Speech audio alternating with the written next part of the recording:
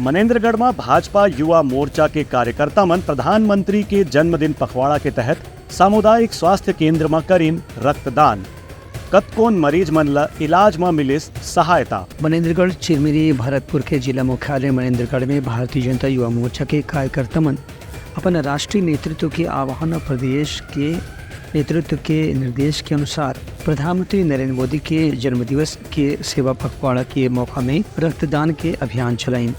के मौका में सामुदायिक स्वास्थ्य केंद्र में युवा मोर्चा के सैकड़ों कार्यकर्ता मन रक्तदान शिविर के माध्यम से रक्तदान करीन और मरीज मन ला मुफ्त में रक्त उपलब्ध कराइन। ये मौका में युवा मोर्चा के कार्यकर्ता मन के कहना कि प्रधानमंत्री नरेंद्र मोदी अपन जन्मदिन और सेवा पखवाड़ा के रूप में मनाए के आह्वान करते हैं। एक से मन अपन सेवा भावना से मरीज मन के रक्तदान के जरिए एक सेवा करना चाहते हैं। Bureau report, Utlanga news.